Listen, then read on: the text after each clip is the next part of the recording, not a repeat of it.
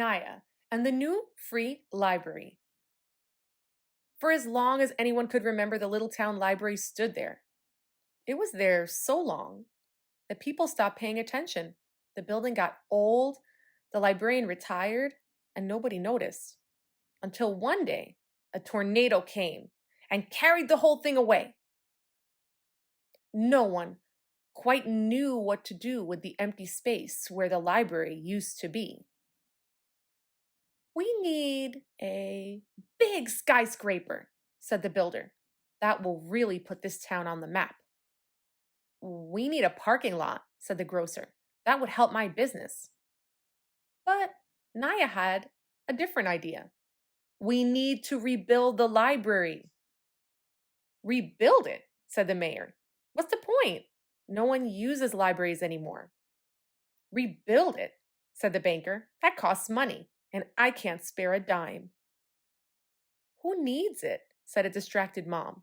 My son and I get everything we want online. I'm on level 10. But Naya loved the library. She went every week to check out books. She liked cookbooks the best. Her favorite spot to read them was under the tree in front of the library. But it's hard to check out a book from a library that isn't there. That's when Naya had an idea.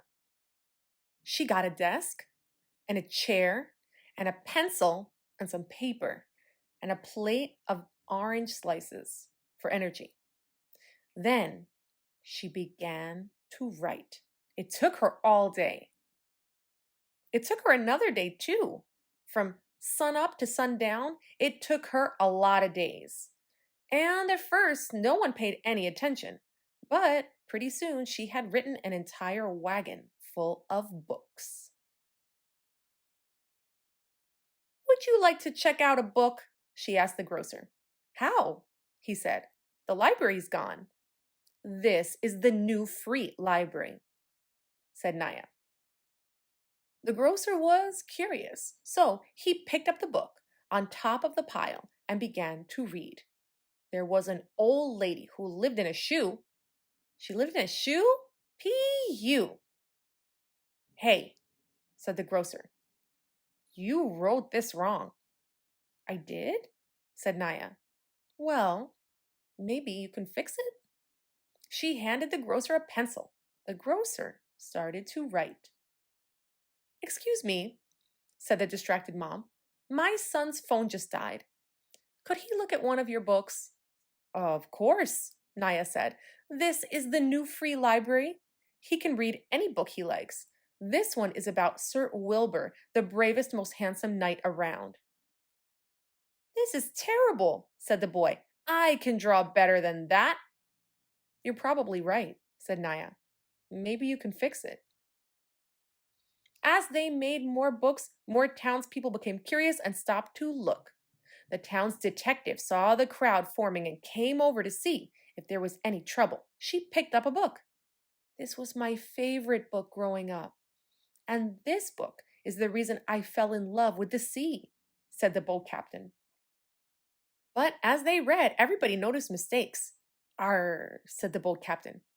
Where the wild things roam? That's not the title. And that's not how Sherlock solved this crime, said the detective. Every time, Naya simply said, Oh, well, maybe you can fix it. And she handed them a pencil. Pretty soon, half the town was writing alongside Naya. What do you think? I've never built a house shoe before. How are the sketches going? I'm on page 10. Everyone discovered the job was a lot harder than it looked. And that's how he solved the crime. You're wrong. That clue was a red herring. There was a fish in the story? I'm confused. But they began to remember words and ideas that had inspired them. Just like hopes springing high, still I rise. Pretty soon, there were enormous piles of freshly written books, books of adventure and poetry, and filled with every idea ever imagined. There were so many books that they spilled into the road and stopped traffic. said Naya. If only there was some better way to organize them. I've got empty crates we could use as shelves, said the grocer. If it rains, the books will get wet, said the builder. I'll make some walls and a roof to protect them. And we'll need lions, said the banker. A good library has to have lions in front. I'll get the two from my bank. Pretty soon, the entire town was lending a hand.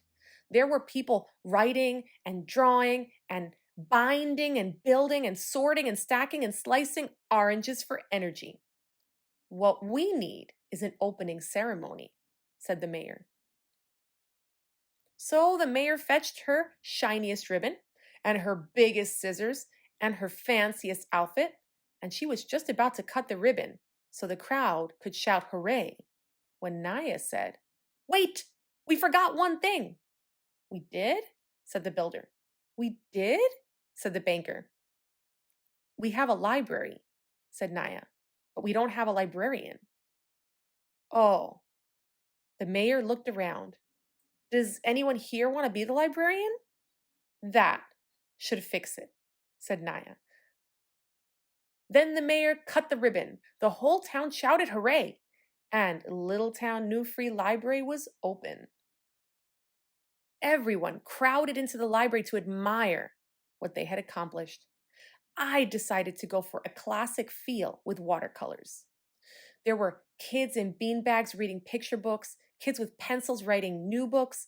Everywhere, there were people sitting together, enjoying the cozy quiet of a book-filled place. In one corner, there was a knitting class. In another, all the grandparents were learning to use a computer. First, we make sure it's plugged in. Meanwhile, Naya did what she had wanted to do from the very beginning. She quietly walked straight to her favorite section and checked out her favorite book. And she sat down to read in her favorite spot underneath the library's tree. At least she did. Until the tornado came back and carried the school away. Sigh. The end.